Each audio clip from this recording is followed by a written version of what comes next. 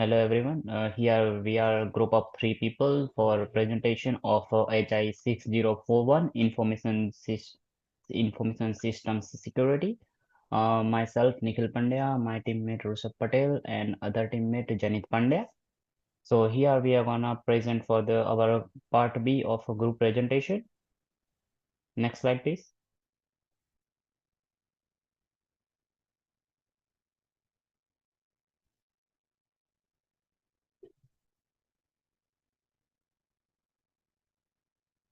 Okay, so this task also outlines the significance of making users aware of training and identification of phishing symptoms to avoid the data loss. Attackers scenarios and threats. A cybersecurity attacks act can source as a learning of about a phishing through the experience of Kelly indicate the risk of a social engineering, one of which the phishing via email credentials. It is essential to get to know these tricks since phishing can still be regarded as one of the most widespread and fruitful attack vectors in the companies. The red flags of the unverified senders feeling of urgency and false links show how attackers plays on human psychology. The feelings of urgency and also the verification levels are low. This part connects to the general cybersecurity education with the repetition of the need to be a vigilant, take user training, and maintain email hygiene. It demonstrates as well as how easy it to avoid breaches, but by just performing easy actions such as checking the sender's identity and however over avoiding the links. Additionally, the case falls within the lines of the defense in the depth of concept in which the education of users in the first line of the defense in security efforts. Finally, in this segment, the staff is trained to become a critical observer of online communication, and this is one of the cultivating a cyber conscious culture in PBC. Next slide, please. So here, an excellent working example of cooperative enhancement of policy as a strategy of peer reviewing focus on the practical use of cybersecurity in the real world. So, security policy and feedback. The cyclic and practitioner aspect of building a strong and healthy cybersecurity policy. The policy ahead with the range of fundamental segments such as procedures, standards, and responsibilities, but it has been developed by the response of peers. During the reviews, it was possible to make change that made the policy more realistic and acceptable to staff, like the in conclusion of realistic examples of phishing emails, defining appropriate actions that the staff should perform. The best that can be done on to improve the overview is to make it more reliable and relevant to the incident discussed previously by emphasizing phishing threat. Speaking about updating the standards, allowing safe verification tools and definitions of should be considered as suspicious content are much more effective pieces of the advice to users. This closed loop represents an important aspect of cybersecurity governance, namely that policies should be living documents that we need to respond to both internal experience as well as an external threats. The effectiveness of the policies is also heightened when every stakeholder makes a contribution. Hence, the policy is technically efficient as well as practically visible. It strengthens the effect of the transparent communication, accountability, and enforceability in surging digital environments. Next slide, please. Mitigation of risk strategy. Demonstrate excellence knowledge in the network and handling, cover a proactive and preventing approaches to security. This part is aimed at the detection and investigation and resolution of important threats in the network frame infrastructure of the finance department of the PBC. It starts with a technical scanning of a vulnerability that may be open interfaces, insecure protocols like FTP, HTTP, and no other on the DHCP. Both of these, when the put together, create a high-risk environment of a sensitive data, although they all can be resolved separately. The application of the risk matrix likelihood versus impact is a systematic method of prioritizing of the natures of the risk and require urgent attention. The level of analysis also indicates that it is important to understand that network settings may either reveal or safeguard sensitive resources, and therefore this part is the core of the report objectives framework. So frameworks for the incident management. An incident response plan that is well put together will make the downtime minimal and recovery faster. It is aligned with the best practice of incident handling. This part describes the practices governing the preparedness of operational resilience in the form of a standardization means of the addressing cybersecurity incidents. It defines typically incident categories such as phishing, malware, unauthorized access, and configuration error, and sets of the 5 purchase response lifecycle. Every stage detention, containment, evacuation, recovery, and review offers a clear explanation on how to limit the damage, efficiently recover, and avoid occurrence. This section converts the reactive defense process into a professional and organized security position. Next slide will be presented by my friend Janit Pandey.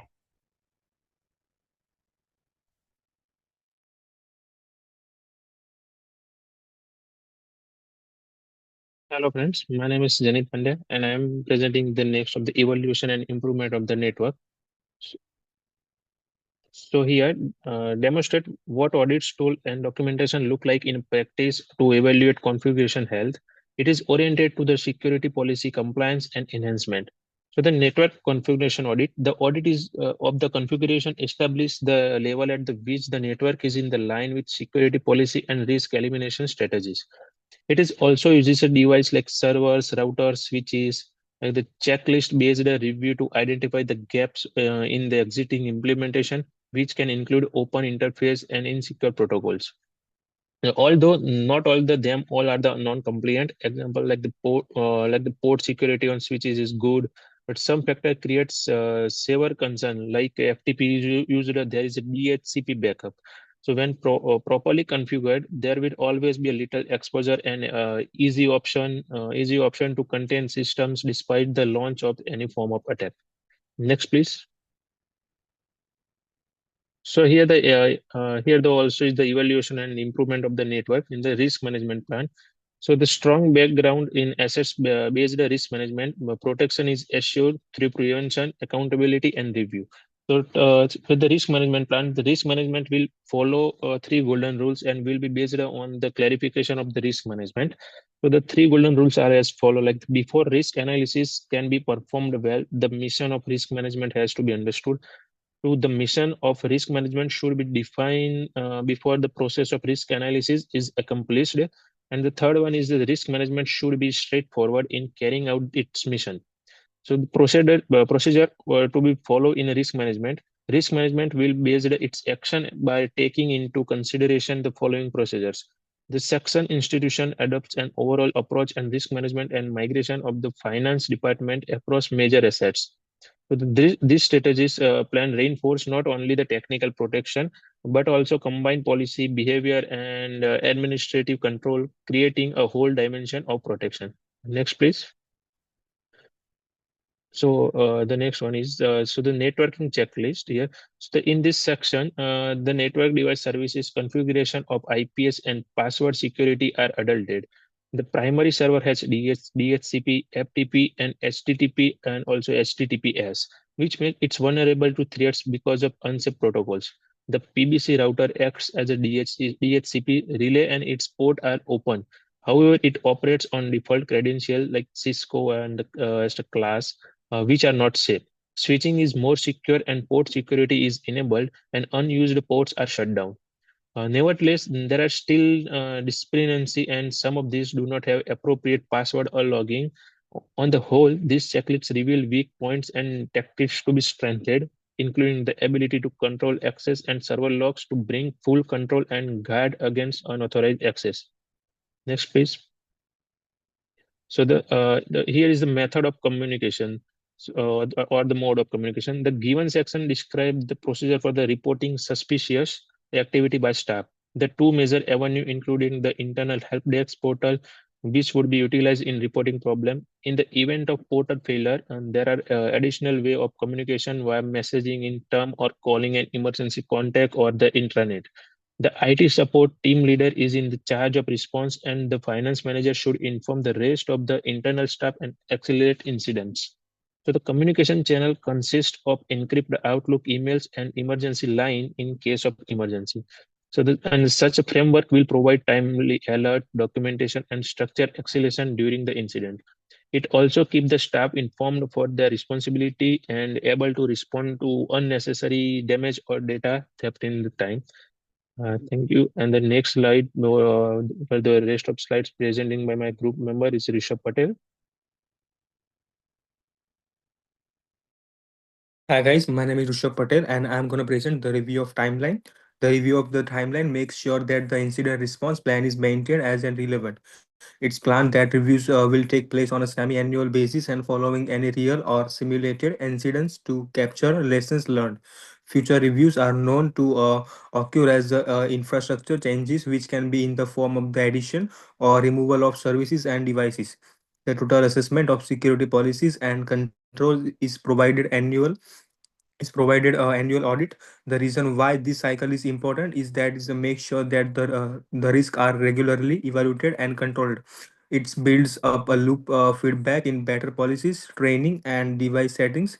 Routine reviews is important to be prepared, ensure regulatory compliance, and ensure that security is in step with the changing IT landscape. Next slide, please.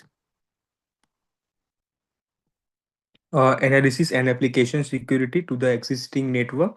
T3A, existing security analysis, updates existing security policies of the core router and 4 switches. The router only lacks logging and the password is secret and has ACLS per subnet. Switches have adequate hardening, unused ports are down, trunks access modes are configured. Switches have uh, swi- swi- uh, not all the devices even have logged activities, missing or default passwords which are not very accountable or auditable. It's seen to be only partially compliant with proper practices to establish secure networks, and the practices can be called out as needing to be strengthened. Next slide, please. So here, the lost network controls suggest necessary alternatives. The event logging should be enabled. Strong passwords, class Cisco should be in the place, and unused ports should be disabled. Points out weaknesses in surveillance that might make it impossible to detect changes of instructions. Uh, Recommends the securing of any access point, particularly on switches using sticky MAC and uniform authentication. Strength is the need for layered security, hardened to the configuration, and use of user authentication on the all network devices. These are done to be the rules with the objective of policy to promote visibility, control, and accountability in the network. Next slide, please. So, in the conclusion, the report identifies the phishing attack and misuse of credentials and the threats they pose to the finance department. The response consists of the more drastic password policy and defined communication policy and more effective technical mechanisms such as ACLS and redundant DHCP. The analysis of networks revealed a vulnerability in the router configurations and default settings. The remedy lies in the unification of passwords, the use of word security, the logon in service, and the closures of unutilized services. Frequent review and incident simulation make it consistent and improved with the kind of upgrades. Portside business college will enhance greater chances to the guard financial information and remain compliant. Also contained in the revised policies and controls in the security first culture, which would ensure both the technical and the human elements are looked at in the defense. Next slide, please. Here there are some references. Thank you so much.